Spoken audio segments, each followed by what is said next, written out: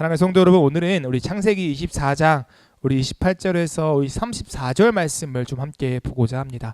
우리 지난주 말씀 제목과 이어서 하나님의 약속을 이어가는 사람 두 번째 시간으로 또 함께 말씀을 나누고자 하는데요. 먼저 우리 말씀을 나누기 전에 우리 지난주 말씀을 좀 간결하게 살펴보고 나아갔으면 좋겠습니다. 우리 지난주 말씀의 1절은 좀 이렇게 시작했었죠. 아브라함이 나이가 많아 늙었고 여호와께서 그에게 범사에 복을 주셨더라 라고 시작합니다. 1절이 소개하는 내용은 아브라함의 인생의 끝자락, 그러니까 삶의 끝자락에 놓여있음을 소개한다라고 이야기했었죠. 그리고 그의 인생이 평가받기를, 성경이 평가하기를 범사에 하나님께 복을 받는 인생이었다라고 평가한다라고 성경은 이야기한다라고 이야기했습니다. 이 말은 무슨 말이냐면 이는 하나님께서 아브라함을 부르실 때 주셨던 그 약속이 아브라함의 삶 가운데 성취되었다라는 것을 보여주는 말씀이다라는 거예요. 여러분, 그러나 이게 아브라함의 삶이 하나님의 범사의 복이 있었다라고 해서 그 약이 성취되었다고 해서 그 약속이 끝났다라는 것은 또 아니었습니다.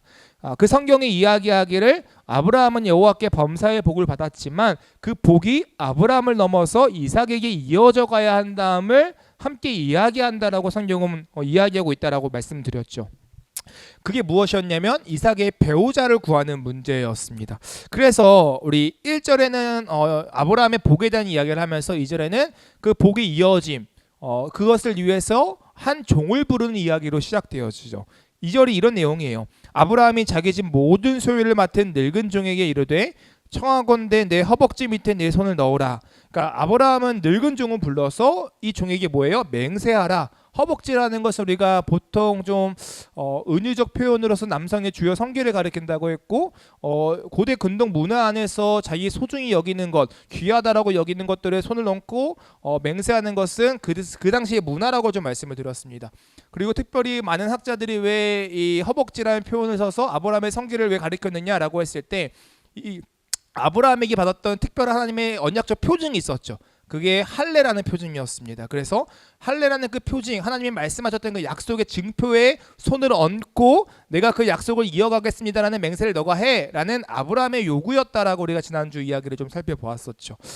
그래서 이 종은요, 이런 아브라함의 요구를 듣고 좀 마음이 부담스러웠을 거라고 우리가 이야기를 했었어요. 그래서 이 종이 바로 맹세하지 않고요, 이 아브라함에게 뭘 시전하냐면 만약에를 시전합니다. 그러니까 만약에요. 그러니까 어떤 가상의 상황을 만들어내는 거죠. 만약에 이 여자가 자신을 따라오지 않으면 어떡합니까? 뭐 이런 식으로 이야기하는 거죠. 그러한 상황 속에서 아브라함이 종을 위로합니다. 뭐라고 위로하냐면 나에게 부르시고 나에게 약속하시고 맹세하셨던 하나님이 너보다 앞선 자를 너에게 보내실 거야 라고 이야기하시죠. 그러니까 무슨 말이냐면 나에게 하나님의 섭리를 따라 인도하셨던 것처럼 너에게도 하나님께서 인도하실 거야. 너에게도 하나님의 크신 계획과 섭리가 있을 거야 라고 위로한다라는 거예요. 종은 그 말을 듣고 어떻게 해요? 맹세합니다. 알겠습니다. 제가 그 약속을 이어가겠습니다라고 이야기하면서 약속을 이제 이어가는 사람으로서 살아가기 시작합니다.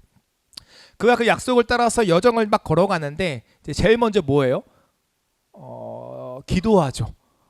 그 약속의 땅, 그 메소포타미아로 들어가기 전에 그 종은 성문 밖에서 기도로 시작합니다. 그리고 기도하면서 뭐예요? 표징을 구하죠. 여러분, 그래서요, 이 종의 이 여정의 시작이 기도였다라는 것은요, 되게 매우 의미 있는 행동이다라고 우리는 살펴봤습니다. 무슨 말이냐면 약속을 이어가는 사람이 가져야 하는 태도가 이 기도이다라는 거예요. 왜냐하면 저와 여러분들은 하나님의 약속을 이어가는 사람이고, 그리고 우리의 시작도 기도가 되어야 하기 때문이다라고 말씀을 드렸습니다. 그래서 26년 한 해를 시작할 때 우리가 25년 우리에게 주셨던 각 사람에게 주셨던 그 약속을 따라 살아갈 건데, 약속을 이어가며 살아갈 건데, 그 이어감 속에서 우리가 취해야 하는 태도는 무엇이냐? 기도다. 근데 그 기도가 어떤 기도가 되어야 돼요? 내가 원하는 건 내가 바라는 것이 아니라 기도의 본질은 하나님의 뜻을 알아감이다라고 우리가 말씀을 통해서 살펴보았죠. 그래서 이 종도요, 뭐라고 기도하냐면 하나님께 표징을 구하는 기도가 합니다. 하나님, 만약에 주님께서 원하시는 그 하나님이 말씀하시는 그 이삭의 배우자가 이런 여자라면 이 사람이 나에게 와서 물을 마시게 하고 또 나와 함께한 이 낙타에게도 물을 주세요. 그러면 내가 이 여자가 하나님이 말씀하신 그 여자인 줄 내가 알겠습니다라고 표징을 구하는 기도를 한단 말이죠.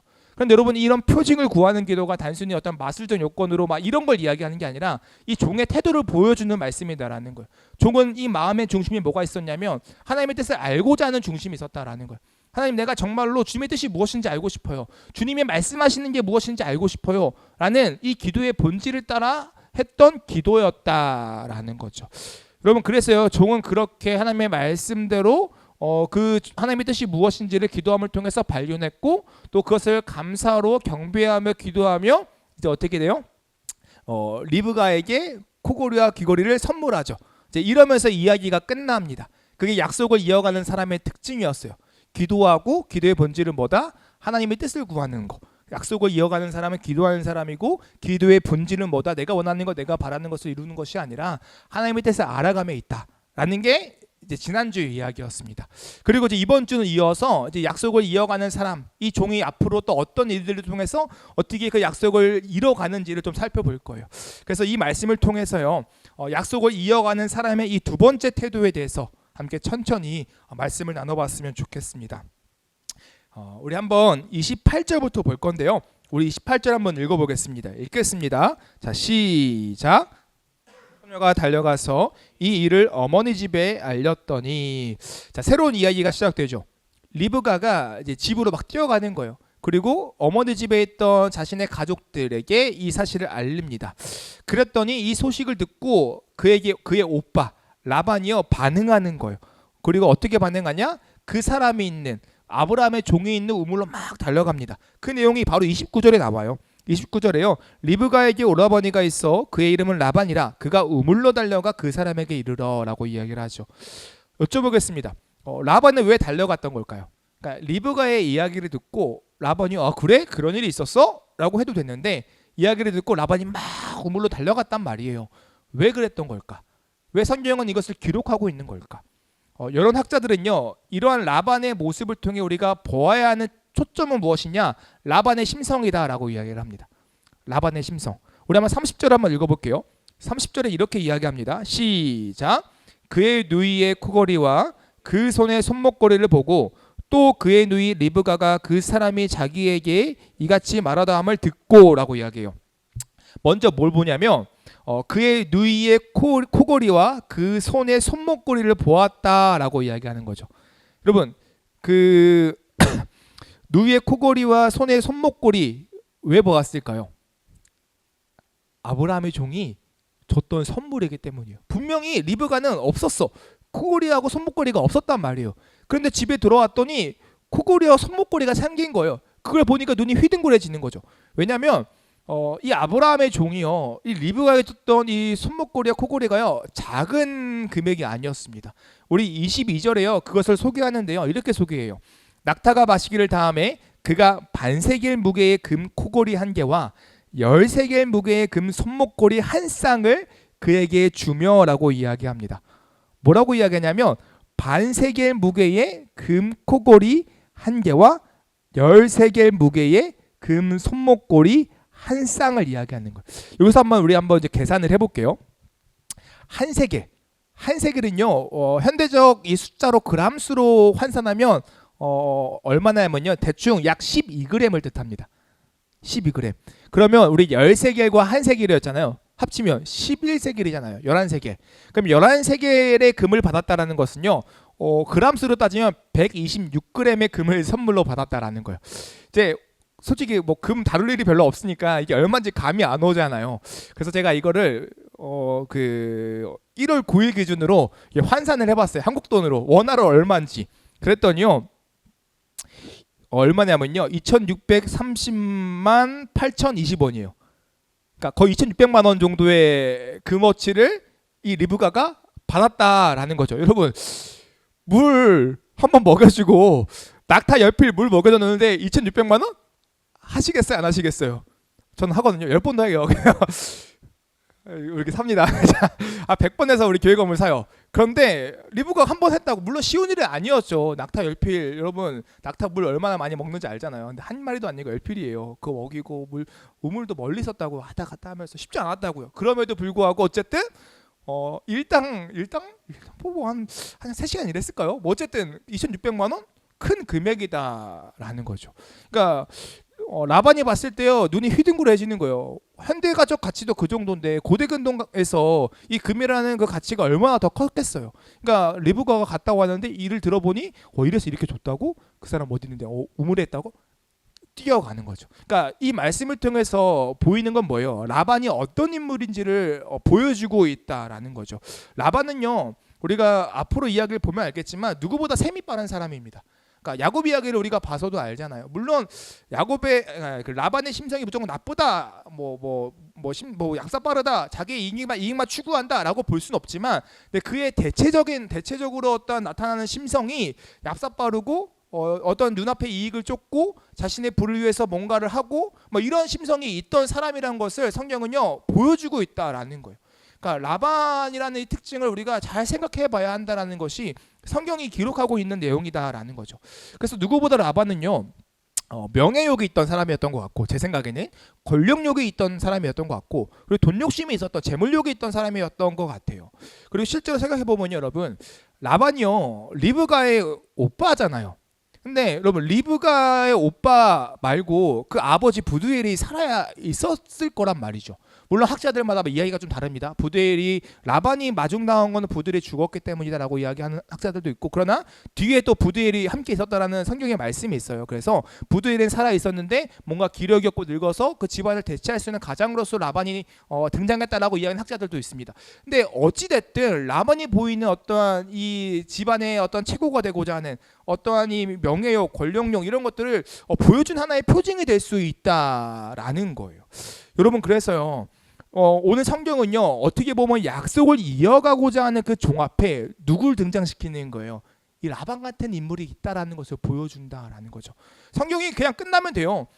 리브가 발견했다, 할렐루야, 그리고 종이 리브가를 데리고 이삭에게로 갔습니다, 이러고 끝내도 되는데 그 이야기를 그렇게 끝내지 않고 라반이라는 인물을 등장시켜서 그 속에서 일어난 또 하나의 에피소드를, 내러티브를 이야기하고 있다라는 거예요. 그럼 그 내러티브 이야기 속에서 등장하는 그 라반의 그 중심 인물의 그 특징을 우리가 살펴볼 이유가 있다라는 거죠.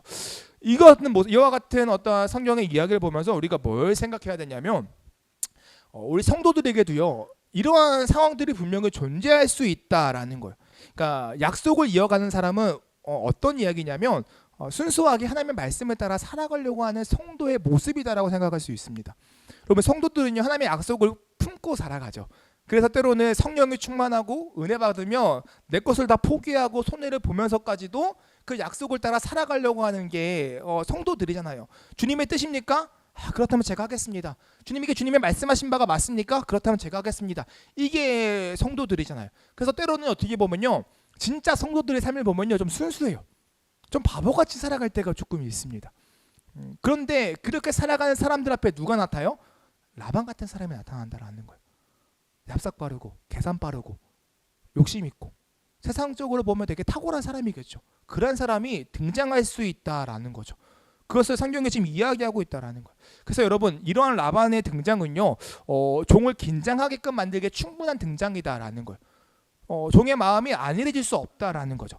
계속해서 말씀을 좀 살펴볼게요. 라반이요 막 달려간 다음에 가만히 있지 않습니다. 우리 32절 말씀인데요, 제가 같이 읽어볼까요? 읽겠습니다. 시작. 그 사람이 그 집으로 들어가매 라반이 낙타의 짐을 부리고 집과 사료를 낙타에게 주고 그 사람의 발과 그의 동행자들의 발 씻을 물을 주고 라고 이야기해요. 그리고 33절의 앞절에 이런 내용이 있습니다. 그 앞에 음식을 베푸니 라고 이야기해요. 여러분, 그러니까요 라반이 정말로 이 종 앞에 가가지고 뭐라고 해요? 낙타에 있는 집을 다 풀어주는 거예요. 그리고 집과 사료를 낙타에게 주고 또 종에게 거대한 성대한 음식을 베푼다라는 거죠. 여러분, 라반이 지금 그 종을 어떻게 해요? 되게 후하게 대접한다라는 거예요. 환영한다라는 거예요. 한번 생각을 해보겠습니다. 이런 라반의 대접을 거부할 수 있는 사람의 대접 몇 명이나 있을까요? 입장 바꿔서 생각해 볼게요. 여러분, 종이요 여행을 떠났잖아요. 근데 그 여행을 떠나감도 목적지를 알고 떠난 게 아니에요. 그러니까 정확한 무언가를 알고 떠난 게 아니에요. 라반의 집으로 가야지 하고 떠난 게 아니었단 말이죠. 그러니까 그의 여행은요 쉽지 않은 고된 여정이었다라는 거죠. 되게 장거리 여행일 뿐만 아니라 육체적인 피로감이 있을 뿐만이 아니라 심적인 피로감도 분명히 있었다라는 거예요. 우리가 무언가를 알지 못하는 거 떠나는 인생 쉽나요? 쉽지 않죠. 왜 우리 인생이 피곤하고 힘들어요? 우리의 미래를 알지 못하니까, 내일에 내가 어떤 삶을 살아날지 모르니까, 10년 뒤에 이준이 어떤 모습으로 살아갈지 모르니까 늘 우리가 불안하고 두려우며 정신적인 스트레스로 살아가는 거잖아요. 그러니까 어떻게 보면 여호와의 종도, 아브라함의 종도요, 똑같은 상황이었다라는 거예요. 그러한 필요한 상황 속에서 라반이 쫓아와가지고 짐도 다 내려줘, 자기의 낙타에 먹을 것도 줘, 또 자기와 함께 온 자들의 발 씻은 물도 줘, 또 먹을 것도 성대하게 차려줘.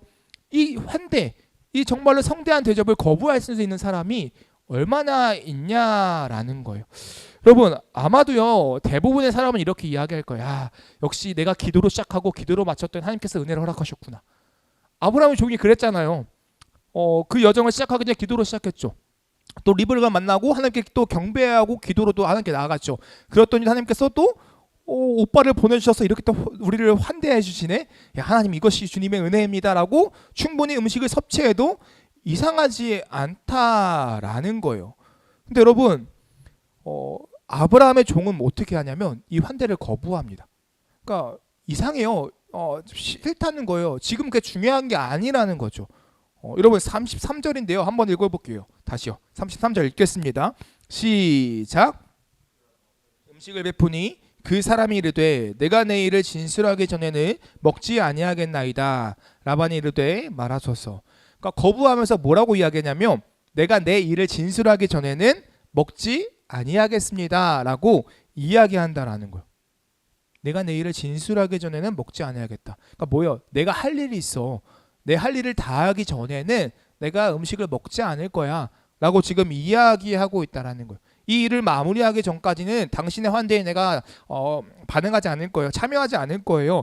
라고 이야기하고 있다라는 거죠. 여러분, 종은요, 자신이 무엇 때문에 그 자리에 있는지를 잊지 않았던 거예요.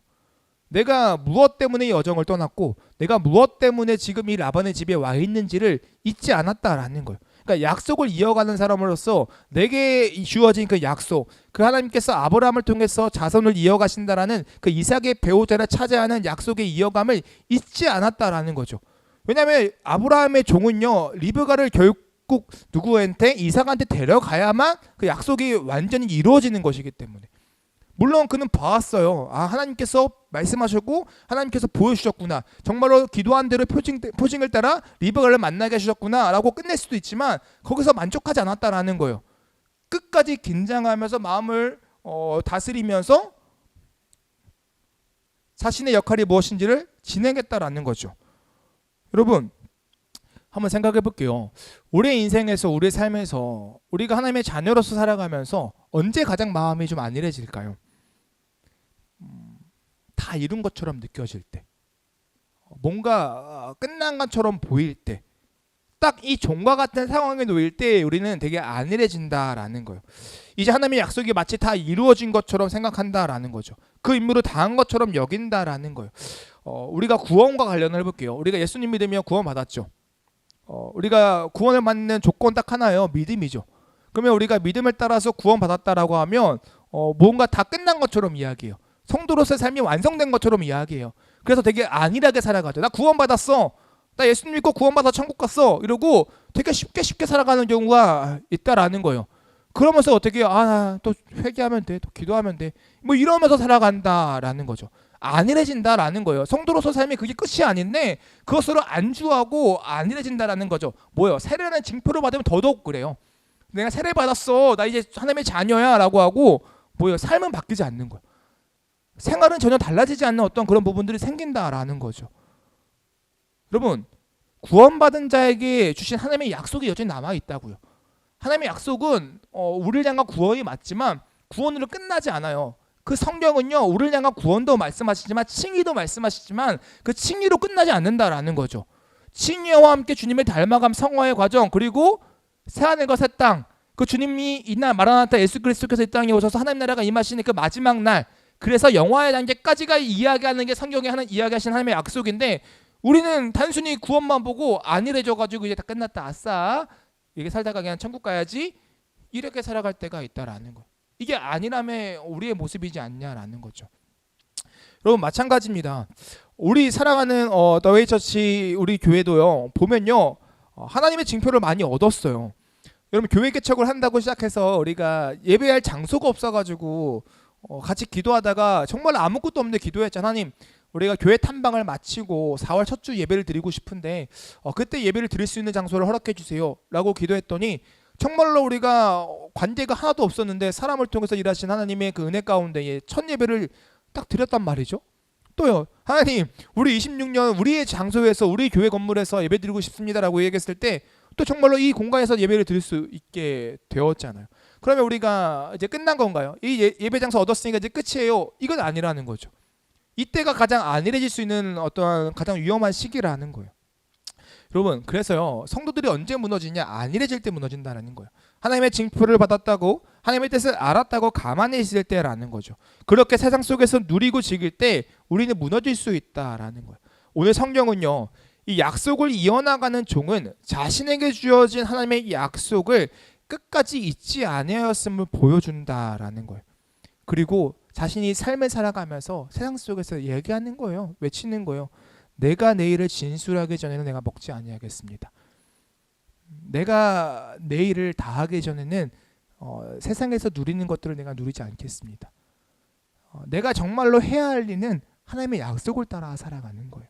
단순히 이 땅 안에서의 어떤 평안과 부가 아니라 주님 안에서 살아가면 내가 누려야 하는 가장 큰 복이고 내가 걸어가야 할 길입니다라고 이 종은 지금 이야기하고 있다라는 거죠. 여러분, 이 종에게 1순위는 뭐였냐면요, 하나님의 약속이었어요. 자신의 정체성이 뭐였냐면 약속을 이어가는 사람이었다라는 거예요. 이게 종의 외침이었다라는 거죠. 우리 사랑하는 성도 여러분, 26년 우리가 가져야 하는 태도 중 하나가 기도였다면, 우리가 지난주 말씀을 통해서 배웠던 기도였다면, 또 하나의 태도는요, 하나님의 우리에게 주신 약속을 잊지 않는 거예요. 안일해지지 않는 거예요. 그러면 기도하다 처음에는 새해 막 다짐했는데 시간은 흐를수록 우리는 안일해질 수 있다라는 거죠. 그러나 우리가 놓지 말아야 하는 거, 안일해지지 않는 거, 그 말씀을 자꾸 기억하는 거, 난 약속을 이어가는 사람이구나, 나에겐 약속이 있구나라는 것을 자꾸 되새기는 거. 이와 같은 되새김이요, 저와 여러분에게 분명히 필요하다라는 거예요. 그렇다면 우리가 이 약속을 어디서 되새길 수 있을까요? 약속을 되새기는 게 쉽지 않습니다, 여러분. 자꾸 까먹어요. 신앙생활 하다 보면 자꾸 잊습니다. 그럼 우리가 어떻게 이 약속을 되새길 수 있을까? 우리가 나눔을 하거든요. 예배 끝나고 네트워크 동행 모임을 하다 보면 이야기하는 게 일상에 바쁘면 하나님을 잊은 채 그냥 살아간다는 거죠. 그러니까 주님과 동행함을 얘기하지만 동행함을 못 느낄 때가 참 많다라는 거예요. 바쁘니까. 그럼 우리가 어떻게 그러면 이 하나님을 기억할 수 있을까? 약속을 이어가는 사람의 정체성을 어떻게 하면 잊지 않을 수 있을까? 되게 이것도 심플합니다. 약속을 보면 되는 거죠. 그 약속이 뭐예요? 하나님의 말씀이고 성경이다라는 거예요. 그 약속을 묵상해야 한다라고 성경은 기록한다라는 거죠. 여러분, 그래서 우리가 너무나 잘 아는 말씀이죠. 이 시편 기자는요, 시편 1편 1절과 3절에서 1, 2, 3절에서 이렇게 이야기합니다. 복 있는 사람은 악인들의 궤를 따르지 아니하고 죄인들의 길에 서지 아니하며 오만한 자리들의 자리에 앉지 아니하고 오직 여호와의 율법을 즐거워하여 그의 율법을 주야로 묵상하는도다. 그는 시냇가에 심은 나무가 철을 따라 열매를 맺으며 그 잎사귀가 마르지 아니함 같으니 그가 하는 모든 일이 다 형통하리로다. 아멘. 복 있는 사람은 여호와의 율법을 주야로 묵상한다. 그리고 그 삶은 형통한 삶이다 라고 시편 기자는 이야기한다라는 거예요. 여러분, 형통하대요. 뭘요? 주의 말씀을 묵상하는 자는 형통한 삶을 살아간대요.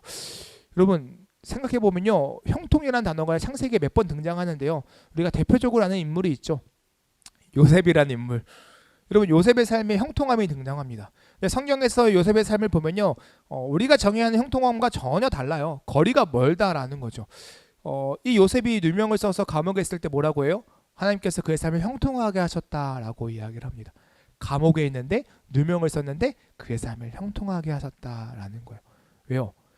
요셉의 삶이 하나님의 약속을 이어가는 삶이었기 때문에, 하나님의 계획하신 대로 그 삶을 이끌어 가시는 중이었기 때문에 하나님의 입장, 하나님의 시각, 하나님의 관점에서는 요셉의 삶이 형통한 삶이었다라는 거죠. 그리고 요셉 또한 그의 말씀을 묵상함으로 잊지 않고 나아갔기 때문에 그의 삶이 복되다라고 이야기할 수 있다라는 거예요. 여러분, 이와 같은 면에서 종의 삶은 형통한 삶이겠죠. 또한 우리도 이와 같이 그 약속을 잊지 않고 살아간다면 우리의 삶도 형통한 삶이다라는 거예요. 여러분 그래서요 이런 면에서 오늘 약속을 이어받는 종은요 매우 복된 사람이지만 형통한 사람이었다라는 거예요. 하나님의 약속을 잊지 않고 그 약속을 주야로 묵상하며 오늘도 라반에게 이렇게 이야기하고 있기 때문이죠. 내가 내일을 진술하기 전에는 내가 먹지 아니하겠습니다 라고 말해요. 이게요 우리가 약속을 기억하는 방법입니다. 그래서 하나님의 말씀을 주의 말씀을 우리는 주야로 묵상해야 돼요. 그것을 자꾸 생각하고 읽고 봐야 한다라는 거예요. 그거밖에 답이 없어요. 목사님 꼭 그래야 합니까? 또 다른 방법 없습니까? 없어요. 뭐 특별한 거 바라지 마세요. 이게 제일 심플하고 명확해요. 하나님의 말씀을 묵상하는 거. 성경은 딴 거 이야기하지 않아요. 뭐 100번 기도 드리세요. 뭐 1000번째 드리세요. 죄송하지만 1000번째가 답이 아닙니다. 답이 아니에요. 전 그렇게 생각합니다. 하나님의 말씀을 묵상하는 거. 그 번제 예배의 본질은 아버지의 말씀이에요. 번제의 그 가치는 예배거든요. 뭐예요? 번제의 핵심은요 나의 행위에 있는 것이 아니라요 하나님의 계시와 그에 마땅한 합당한 우리 인간의 반응 가운데 있다라는 거예요. 하나님의 그 정적인 은혜 주시는 내려주신 계시 가운데 있다라는 거죠. 그런 관점에서 중요한 거는 하나님의 말씀이다라는 거예요. 그 말씀이 결국 우리를 살린다라는 거죠. 그럼 그래서요 뭐 이거 해야 됩니다 저거 해야 됩니다 뭐 100번 뭐 1000번 10,000번 뭐 이런 행위를 강요하는 거 아니요 의미 없습니다. 물론 그런 하나님 앞에 어떤 정성과 이런 거 있으면 좋죠. 중요하죠. 근데 본질은 그게 아니다라는 거예요. 본질은 그게 아니다라는 거죠. 본질은 하나님의 약속, 하나님의 말씀이다라는 거예요. 그게 진짜 중요하다라는 거예요. 그게 빠진 그 행위들은 의미 없다는 거예요. 그거와 함께한 행위들은 너무나 축복되고요. 사랑하는 성도 여러분, 또 종이요 이렇게까지 약속을 기억할 수 있었던 또 하나의 이유가 있습니다. 약속을 묵상함도 있지만 또 다른 이유가 있어요. 그게 종의 고백을 통해 드러납니다. 우리 34절 말씀인데요. 한번 같이 읽어보겠습니다. 읽겠습니다. 시작. 그가 이르되 나는 아브라함의 종이니이다. 아멘. 그러니까 라반이 그래 말해봐 라고 이야기하죠. 그랬더니 이제 아브라함의 종이 뭐라고 이야기하냐면 나는 아브라함의 종이에요 라고 이야기하는 거예요. 여러분 종은요 현재 많은 물질을 가지고 있습니다. 그러니까 라반 앞에 선 종은요 초라하지 않아요. 낙타 10피를 소유하고 있고요. 또 리브가에게 정말로 한국 돈으로 2,600만 원을 줄 수 있는 정말로 많은 재물을 갖고 있는 상태다라는 거죠. 그러니까 제3자가 볼 때 이 종은요 종이 아니죠. 되게 대단하고 위대한 사람이다라는 거예요. 여러분 그리고 아브라함은요 어떻게 해요? 자신과 멀리 떨어져 있죠. 그러면 어떤 마음이 들어요? 교만해지고 싶은 게 인간의 마음이라는 거예요. 또 라반이 와서 어떻게 막 싸바싸바하죠. 아유 오세요 이거 드세요 이러고 있는데 그러면 인간의 죄성은 어떻게 해요? 그래 고맙소 당신 좀 안해 뭘 좀 안해 막 이러면서 그만대로 넣어줄게 뭐 이럴 수 있단 말이에요. 인간의 죄성이 바로 그거라는 거죠. 여러분 그런데요 종은 어떻게 해요? 그러지 않는다라는 거예요. 굳이 밝히지 않아도 되는 그 정체를 밝히는 거예요. 사실은요 저 종이에요. 노예예요. 여러분 이거 쉽지 않은 말입니다.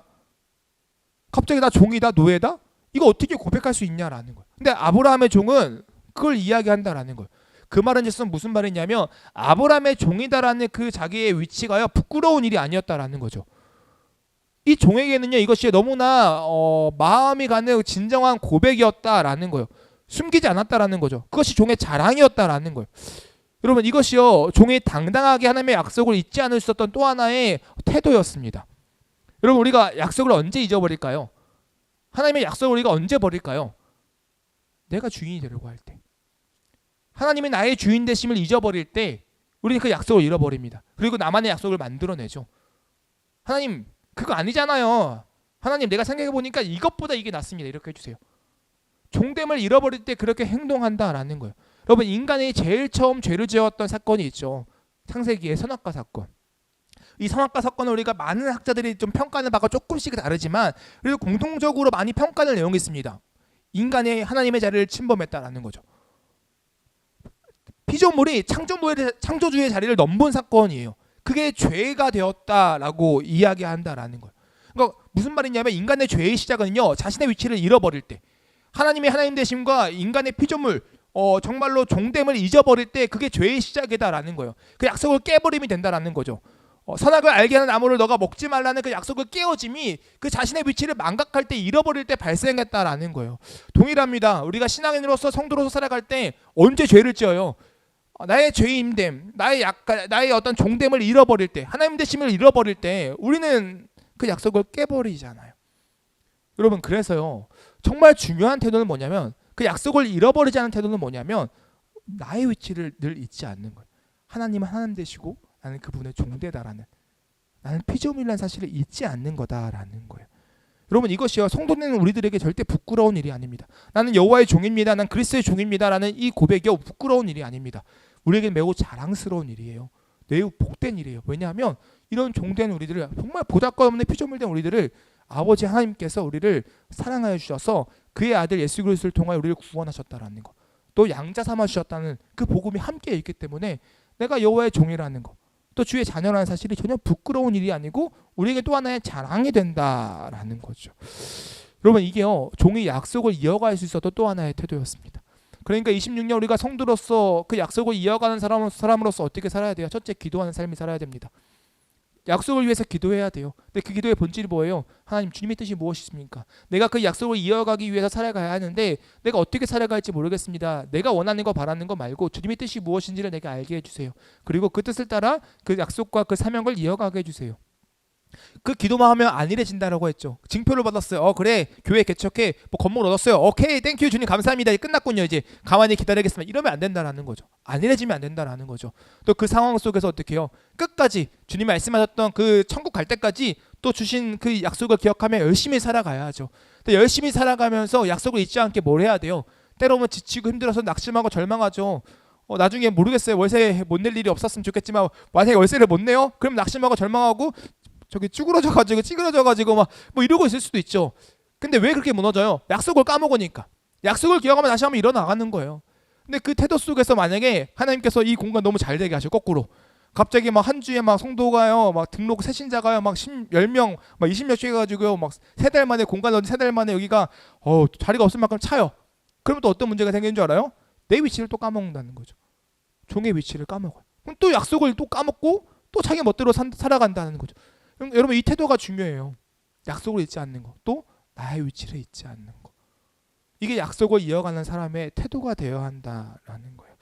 사랑하는 성도 여러분, 저는 여러분들이요, 26년 약속을 이어가는 사람이 되었으면 좋겠습니다. 주님이 주셨던 그 소명을 따라, 또 소망을 따라, 희망을 따라 힘차게 살아가는 한 해가 되었으면 좋겠어요. 26년 절망하는 한 해가 아니고요, 무기력한 한 해가 아니고요, 하나님께서 여전히 여러분을 사랑하셔서 주셨던, 개인마다 주셨던 비전과 그 사명을 따라 살아가는 한 해가 되었으면 좋겠어요. 그리고 한 해의 시작을 기도로 하셨으면 좋겠습니다. 그 기도 가운데 주님의 뜻을 구하는 기도가 되었으면 좋겠어요. 그리고 안일하게 살지 마시고요, 열심히 살아가는 여러분 되셨으면 좋겠습니다. 그리고 그 삶 가운데 때로는 여러분의 마음을 무너뜨리게 하는 무언가가 발생한다면 약속을 기억하세요. 성경을 펴고 읽으세요. 아침마다 그 묵상하세요. 그리고 또 일이 잘 풀리고 내가 마치 하나님 된 것처럼 느껴지는 위험성이 온다면 자꾸 치세요. 나는 하나님이 아니지, 난 하나님의 종이지, 난 여호와의 자녀이지. 이 사실을 기억하며 살아가는 또 여러분 되었으면 좋겠습니다. 더 나아가 세상이 여러분을 가만두지 않을 거예요. 무슨 말이냐면 라반 같은 사람들이 여러분의 삶 가운데 분명히 나타날 겁니다. 그러면 여러분, 약속을 잊게 만든 사람이 여러분의 삶 가운데 나타나면 이야기하세요. 난 내일을 해야 합니다. 난 내일을 마저 해야 합니다. 나에게는 약속이 있습니다. 나에게는 주님이 주신 해야 될 일이 있습니다. 내 할 일 먼저 하겠습니다. 라고 외치며 나아가는 여러분 되었으면 좋겠습니다. 사랑하는 성도 여러분, 26년 더 멋진 한 해가 되었으면 좋겠습니다. 25년 한 해 돌이켜보니까요, 저는 멋진 한 해였어요. 정말 멋진 한 해였어요. 솔직히 우리 개척할 때 주님 25년 끝자락에 성도 15명 뭐 이러고요 이랬는데 15명 안 되거든요. 그래도 좀 멋진 한 해였어요. 우리는 정말로 하나님의 은혜가 너무 많았던 한 해였어요. 26년 또 외치고 나아갑니다. 또 동일하게 하나님께서 역사하실 거예요. 제 뜻대로가 아니라 하나님의 뜻대로 저를 만들어 가시는, 또 우리 교회를 만들어 가시는 일들을 경험하게 하실 거니까 그와 같은 일들이 여러분의 삶 가운데 가득했으면 좋겠습니다.